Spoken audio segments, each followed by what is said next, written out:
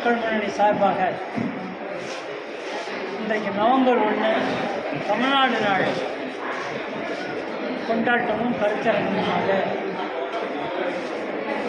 நடத்துவதற்கான ஏற்பாடுகள் மிக சிறப்பாக இருந்தது.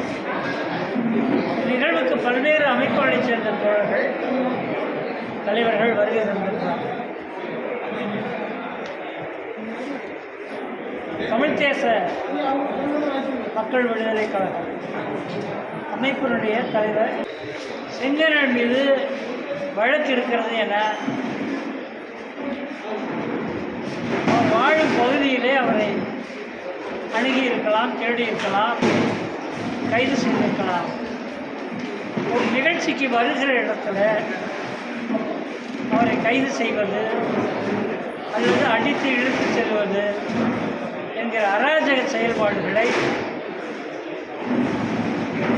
சங்கரன்கோயில் காவல்துறை செய்திருக்கிறது. விசாரிக்கும் பொழுது யார் வந்தது என விசாரித்தால் சங்கரன்கோயிலை சேர்ந்த காவலர்கள் என இங்கே இருக்கிற காவலர்கள் வழிகாட்டி இருக்கிறார்கள்.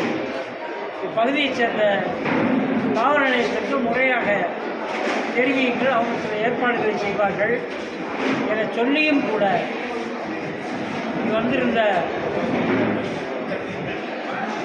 நுண்ணறிவு பிரிவு, மதுரை மாநகர நுண்ணறிவு பிரிவு காவலர்கள் சொல்லியும் கூட மீறி 2 பேர் தோழர் செங்கனல் அவர்களை வலுக்கட்டாயமாக அடித்து எடுத்து சென்றிருக்கிறார்கள். வன்மையாக கண்டிக்கத்தக்கது. பல்வேறு இயக்கங்கள் இப்படியே நிகழ்ச்சியை நிறுத்துவார்கள், வீதிக்கு வருவார்கள், இந்த நிகழ்ச்சியையும் தொந்தரவு செய்யலாம் என்கிற நோக்கம் இந்த காவல்துறைக்கு இருக்கிறது. மிக கடுமையாக நான் சார்ந்திருக்கிற தமிழ்நாடு கம்யூனிஸ்ட் கட்சி நாச்சியல் நிலைய மாவட்ட சிந்தனை சார்பாக வன்மையான கண்டனங்களை பதிவு செய்கிறேன். இது போன்ற போக்குகளை காவல்துறை நிறுத்திக் கொள்ள வேண்டும் என எச்சரிக்கிறோம். பொது நிகழ்ச்சிகளுக்கு வருகிற இடத்தில் ஒவ்வொருக்கு வந்திருக்கிற தலைவர்கள் ஒவ்வொருவருக்கும் பல்வேறு வழக்குகள் இருக்கலாம். வாரண்ட் இருக்கிறது என்றால் அவருடைய ஊர்களை கைது செய்ய வேண்டும்.